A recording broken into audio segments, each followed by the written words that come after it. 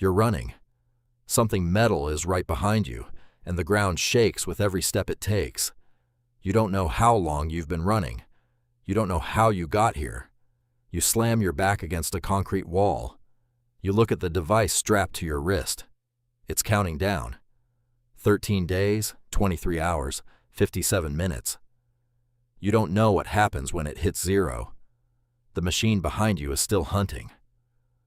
Red light sweeps across the rubble, searching. You hold your breath until the light passes over you and moves on. It's gone, at least for now. You finally step into what used to be a street and try to breathe, but something feels wrong immediately. The city is silent in a way cities are never supposed to be. No traffic, no voices, no hum of electricity in the walls. Just wind moving through broken windows and the distant clicking of machinery somewhere far away. You try to remember how you got here, but the memory won't come. Nothing feels normal. The buildings are scorched, hollowed out, stripped of anything metal. Wires hang from the ceilings like dead vines. There's no power anywhere, and there's no sign of another living person. Then movement. Something small rolls out from behind a collapsed car. Low to the ground, spider-legged, no bigger than a dog. The moment you see it, your stomach drops. 4 segmented limbs, a single lens where a face should be, scanning left and right without blinking. Your heart starts pounding harder. This can't be real. But deep down, you already know the truth. You slowly look down at the watch on your wrist. 13 days, 14 hours, 11 minutes, still counting down. You still have no idea what happens when the timer reaches zero. As the sun begins disappearing behind the skyline, the city starts getting louder. More clicking, more distant signals pulsing through the dark. Night here feels dangerous. And suddenly, one terrifying thought hits you. The thing that chased you before might not even be the most advanced thing hunting here. Before it gets completely dark, you climb into the shell of a parking garage to stay off the ground. The concrete is cracked and unstable, but it's higher than the street, and higher feels safer. Finally, you stop and look out across the skyline. Endless ruins stretch in every direction.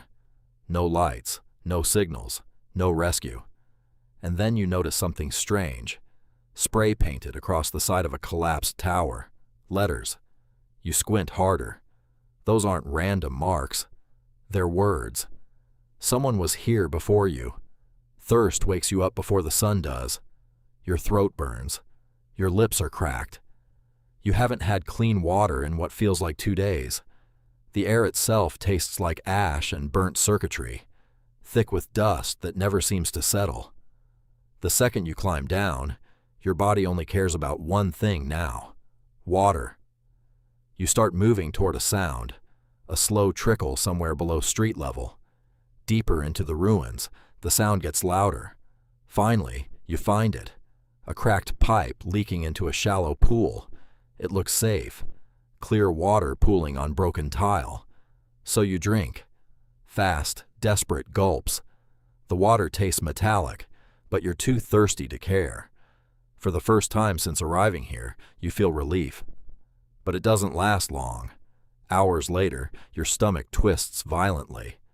The pipe wasn't just leaking water. It was leaking whatever chemical coolant once ran through the building's old server systems. Your body has no idea how to process any of it. You collapse against the tile, barely able to move, while somewhere above you, the machines keep working through the night, methodical, patient, never sleeping.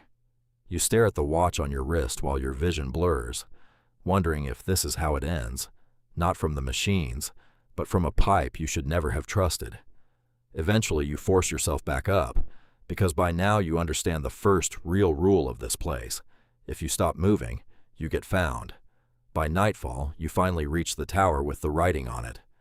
Up close, the letters are rougher than they looked from a distance, scratched by hand into scorched metal. You step closer. Then you read them. Your heart starts pounding again as your eyes move across the words. Then suddenly your blood goes cold. Because it's your name. Your full name, carved into a wall in a city that shouldn't know who you are. You just stand there staring at it in silence, trying to convince yourself you're reading it wrong. But you're not. And while you stand there, the watch on your wrist keeps counting down. 12 days, 9 hours, 44 minutes. Hunger starts changing the way you think. You haven't eaten in 2 days. Even simple thoughts are starting to take effort. Your hands are shaking. You keep moving through the ruins because movement usually means options. But there's a problem. Almost everything organic here is dead. The machines didn't just take the cities, they stripped the infrastructure that kept people alive. No functioning supply lines, no crops, no clean grid. Just concrete, dust, and silence. You notice something near a collapsed loading dock. A stack of crates arranged too neatly to be an accident. Nature doesn't stack things like that. A person does. Your heart pounds as you move closer. Underneath a torn tarp, something wrapped in waterproof plastic. You grab it and unwrap the bundle. Inside, a notebook, a water filter, and a hand crank radio. The notebook has a cracked cover, water-stained pages, handwriting crammed into every margin. For a second, you just stare at it, because this changes everything. You're not the first person here. Your hands shake as you open the first page. I don't know how long I've been running. Something about the handwriting catches you. It looks almost exactly like yours. Your stomach tightens. You flip through the pages faster and faster while your brain tries to catch up with what you're seeing.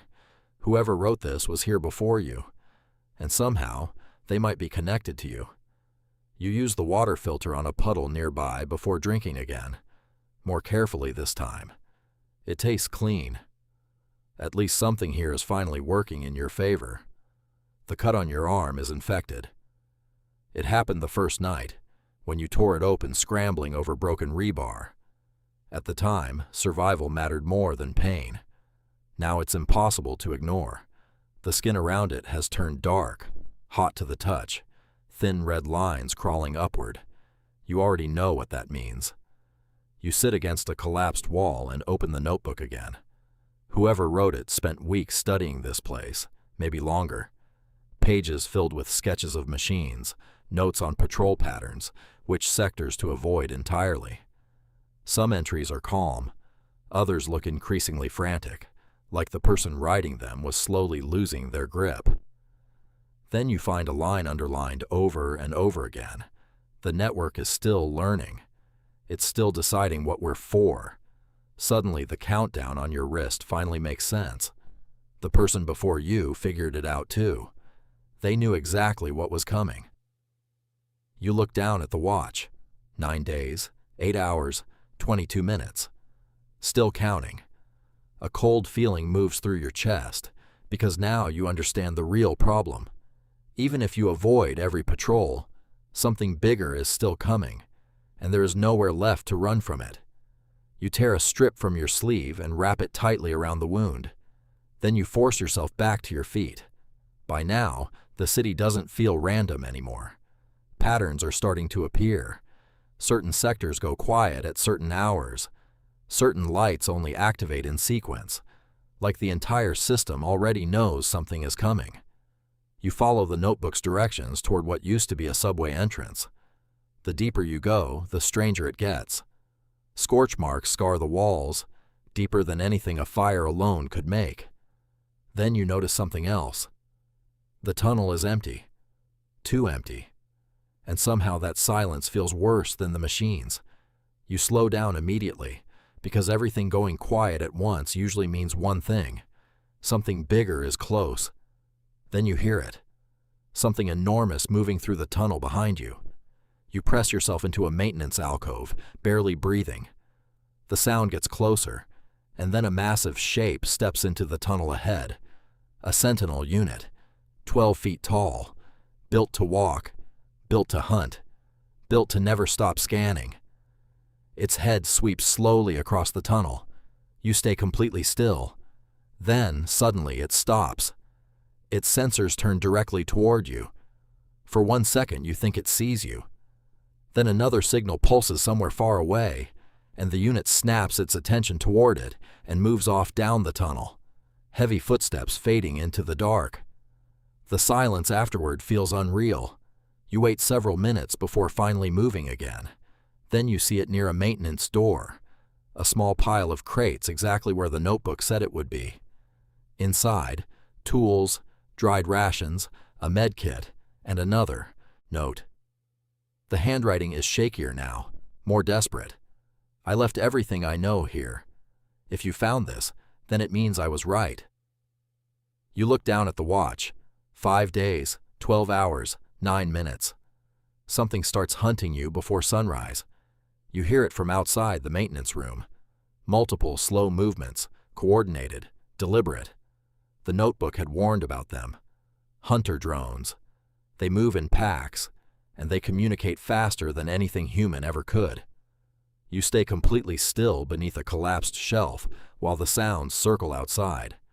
At one point, it gets so close you can hear servos whining just past the door. Your hand tightens around the tool you found in the cache, even though deep down you know it would do absolutely nothing. Then, suddenly, silence. You know one thing for certain. You need to move. You grab the notebook and leave as quietly as possible, heading up toward the surface, toward the ridge the notes described. The climb is brutal. Your infected arm burns with every movement. And the higher you climb, the quieter the world becomes. No signals, no clicking, nothing active. Then, halfway up, you notice something strange scratched into the concrete beside you. Tallies. Hundreds of them. Some old, some newer. Someone had been counting days here. A lot of days. Eventually, through the haze, you see something sitting between the ruins ahead. For one split second, relief hits you. A person, someone alive. Then you get closer. It's a body, still sitting upright against the concrete, exactly where they stopped moving. The clothes are torn from age, but parts of them still remain. Modern fabric, modern boots. They look almost exactly like yours. Strapped to the wrist is a watch. Its screen is black, frozen at 0. You just stand there staring at it, while your brain desperately tries to reject what you're seeing. 1 day, 6 hours, 40 minutes. You finally reach the top of the ridge, and for the first time since arriving here, you stop. The world below you is vast. Endless ruins stretch in every direction, and far below, machines move through the streets in slow, patient formations, completely unaware of what's coming. This is Earth, but not the one you remember. It's alive in a way that feels cold and inevitable, and soon almost all of it will change again. You take the last sip of filtered water and sit down against the concrete. 41 minutes. The city feels strangely quiet this morning. Even the machines sound softer, like the whole system is waiting for something. 20 minutes. A massive transport unit glides silently across the sky in the distance, wings wide as a small aircraft, completely calm, like nothing here could ever threaten it. You watch it disappear into the smog. 10 minutes. You think about the body on the ridge, the notebook, the person who spent their final days trying to warn someone they would never meet, trying to warn you. Then the watch reaches 0, and suddenly every light in the city turns on at once. Every window, every sensor, every signal, blinking awake in perfect unison, like the entire network just opened its eyes for the first time. For one strange second, your brain doesn't understand what it's seeing. Then the sound hits, a single tone, rippling out across the whole skyline, and every machine in every direction turns, all at once, toward the ridge, toward you. Then your alarm is going off.